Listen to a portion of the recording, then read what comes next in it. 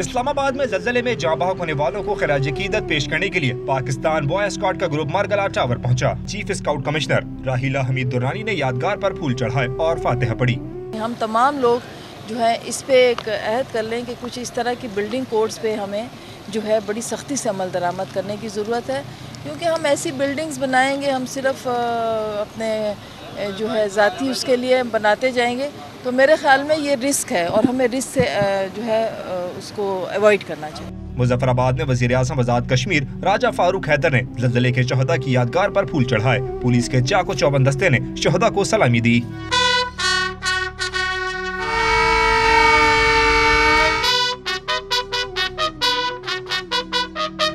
मीरपुर आजाद कश्मीर के शहरियों ने जाँ बहक अफराद की याद में कायद आज़म चौक से कायद आज़म स्टेडियम तक वॉक की। बालाकोट में ज़लज़ले में जान कमाने वाले 82 तलबा के लिए फातिहा ख्वानी की गई। शहर में तजारती मराकज़ भी बंद रहे। एबटाबाद और मुल्तान में ज़लज़ले के शहदा की याद में रेस्क्यू एहलकारों ने रैली निकाली।